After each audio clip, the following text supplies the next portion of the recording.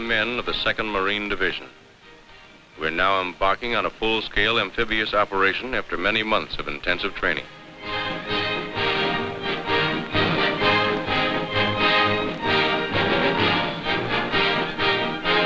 The transports are combat-loaded. The ships of the Navy and Coast Guard form our convoy. Squadrons of carrier planes cover us in the sky.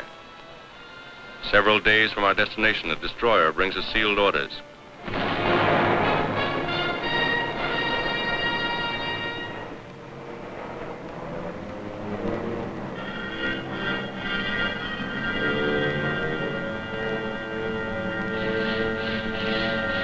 It won't be long now before we know where we're bound. The relief map of our objective is broken out. The fortified island of Betio and the Tarawa atoll, a very important Jap air base on the outer fringe of their Pacific defenses. Our platoon leaders started explaining the terrain to us. By the time they were finished, we knew that island and its reefs as well as we knew our own backyards. We built more machine gun ammunition.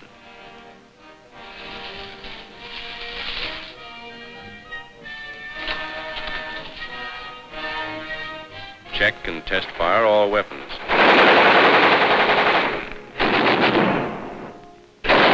Exercise helped to relieve the tension. Navy and Coast Guard coxswains received last-minute instructions on formations, rendezvous areas, and departure times. Services are held on the last evening before D-Day.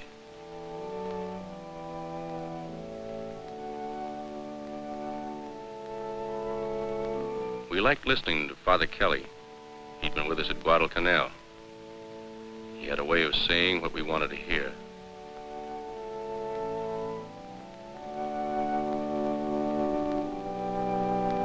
Many of these men were killed the following morning.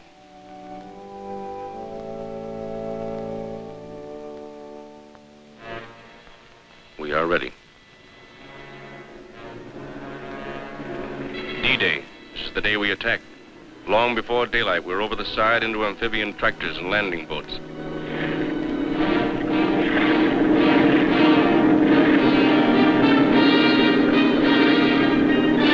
At daylight, our naval vessels open fire, and for 4 solid hours, they pound Tarawa with high explosives.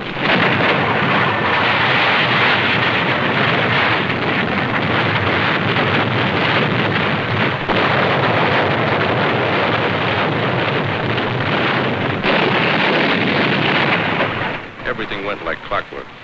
When the ship stopped firing, the Navy planes would take over. Bombing. Strafing. We were a team working together.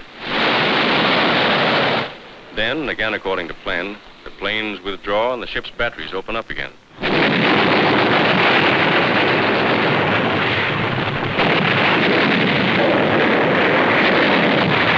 Each hour, the hour we attack, is getting close.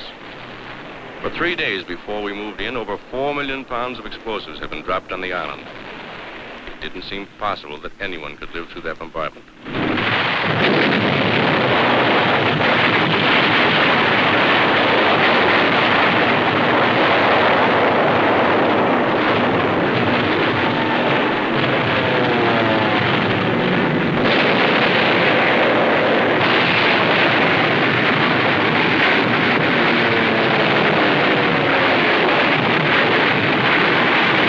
From this Jap hulk, machine guns constantly strafed our assault waves.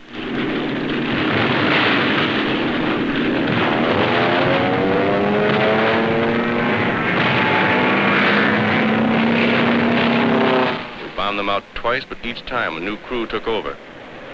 One of our planes scores a direct hit. As we approach the island, we have the feeling that the show is just about over. There doesn't seem to be any organized resistance. However, we're taking no chances. Suddenly, we're met by heavy machine gun and mortar fire. It takes a heavy toll of our boats and men. It doesn't stop us.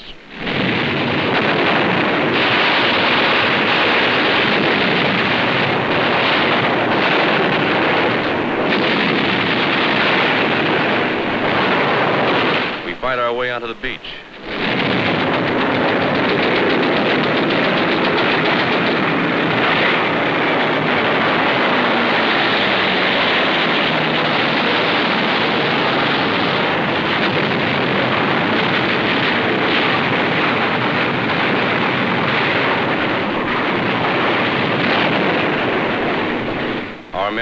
shore from wrecked amphibians.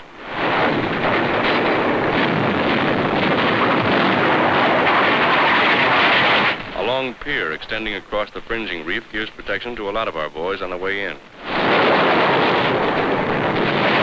We have a pretty good toehold on the beach, but Jap fire pins us down for hours.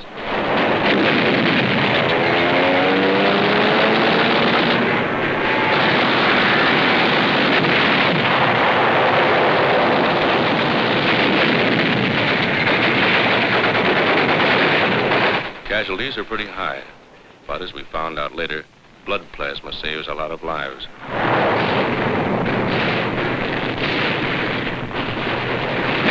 When reinforcements arrive, we start moving up.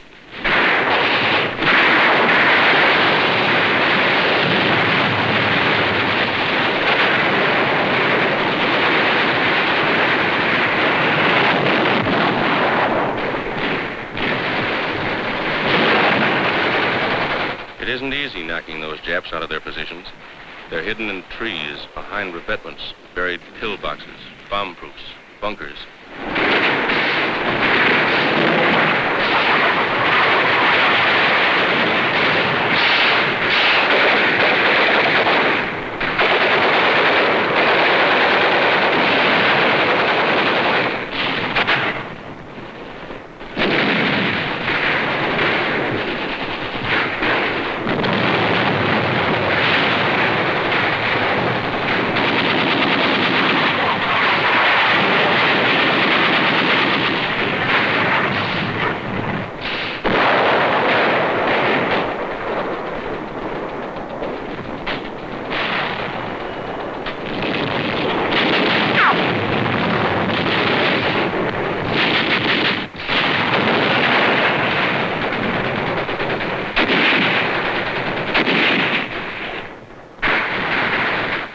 Hand grenades. We use all the firepower we have to blast them out. Our rifle fire is deadly. So are the flamethrowers and the mortars. The enemy breaks from cover.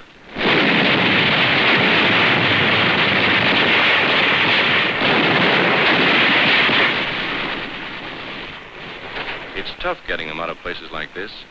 We can never be sure where their snipers are placed. We take it slow, easy.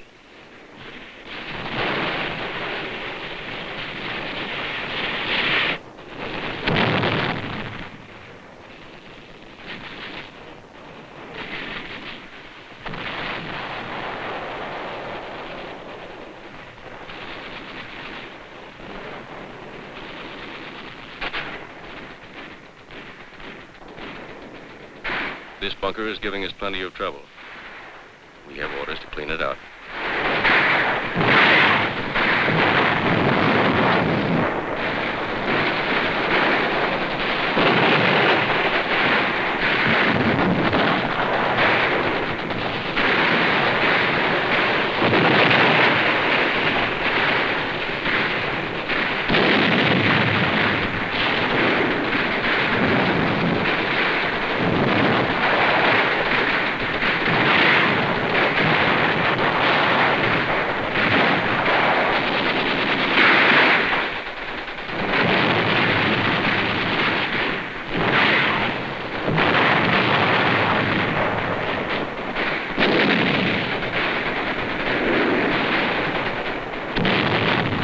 This is what we found on the other side.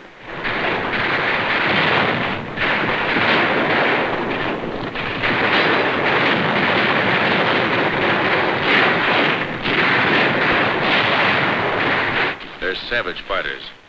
Their lives mean nothing to them.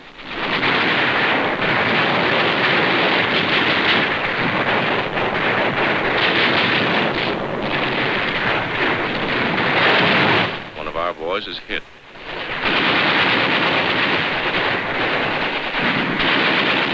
At night, the Japs would swim out to our wrecked amphibians and set up machine guns. They got a few of us before we got them. Commanding officer of the assault troops confers with his staff. One of our medium tanks remains in operation.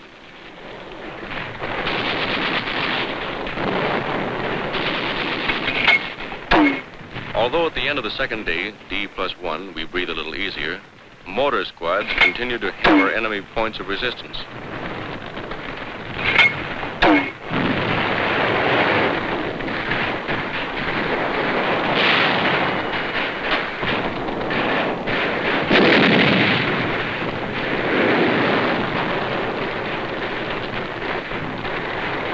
By this time, we know the Japs are licked. They must know it, too. There's still strong resistance. Nip suicide snipers tie themselves up in the trees and take pot shots at us. We hit them, but they don't fall.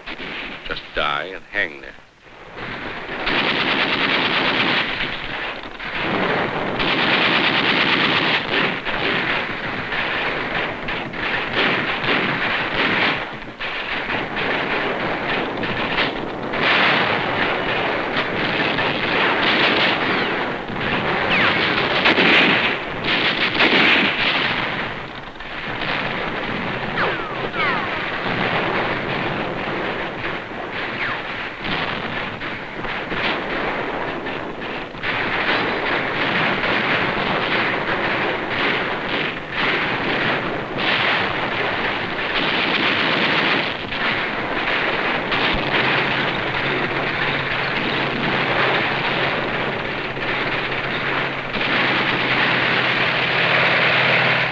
Tank moves up the airstrip.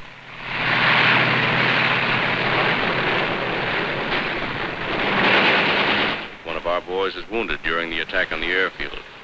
Another Marine goes out after him in a jeep under heavy machine gun fire.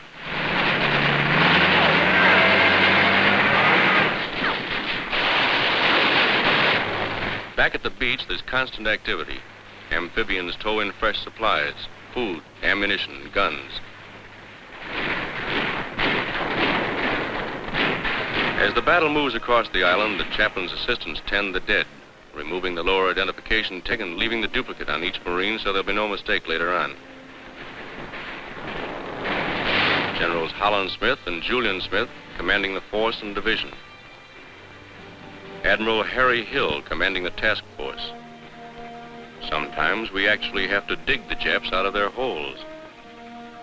The island is infested with buried pillboxes, many of them still crawling with Japs. These bunkers were so constructed that heavy shelling and demolition charges failed to crumble them. Many of them were over 20 feet deep.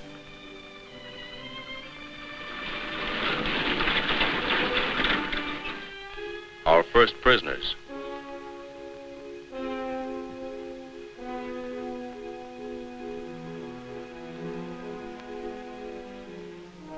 The wounded are given first aid in the field and then carried by stretcher to the boats. With them always are the Navy hospital corpsmen and Navy doctors and surgeons. At the transport, the steel litters are lifted from the barges and lowered into the hold. They're taken to the ship's hospital. Not a second is lost.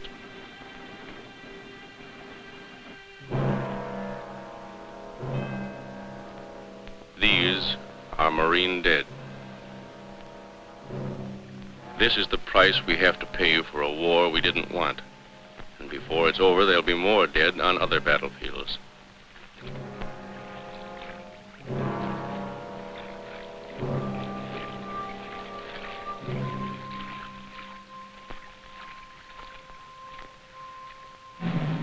Burial aboard ship for Marines killed in action.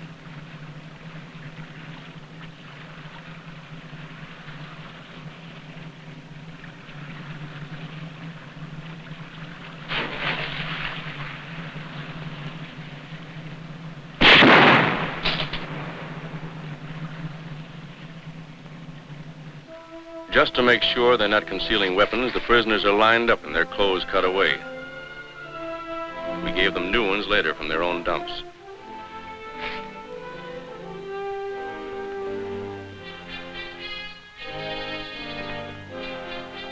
The rest of the island's defending force is dead. None escaped. Tokyo once boasted that it would cost 100,000 of our men to take Tarawa. We lost less than 1,000. The Japs over 4,000. A wounded Jap soldier. We took very few of these. Most of our prisoners were Korean laborers. One of our officers captured these Japs from a disabled landing boat. Prisoners carry their own wounded to the pier for evacuation. Captured Jap water. This is the first chance the boys have had to wash since they got on the island. Gunfire from our warships knocked these big guns out early in the bombardment. These were English Vickers guns captured by the Japs in Singapore.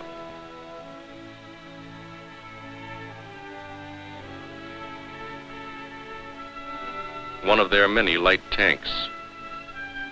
This was the Jap command post, built of reinforced concrete several feet thick.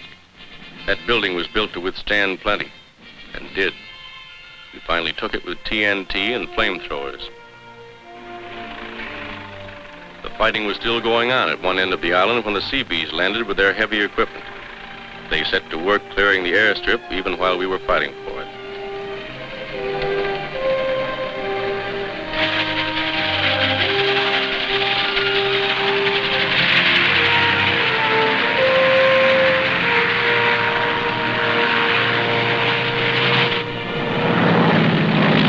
The first plane landed just 24 hours after the Seabees had started to work.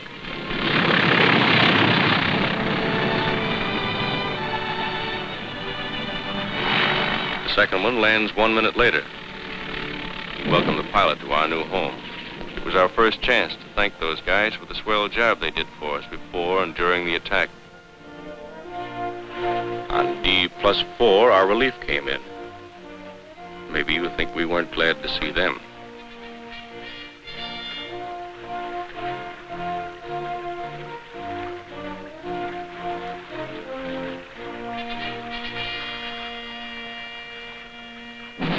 I guess all of us knew from the first, no matter how tough the going was, that we'd take the island. Just the same, the day the colors were run up on this palm tree and flew for the first time over Tarawa, we got a lump in our throats. We were mighty proud.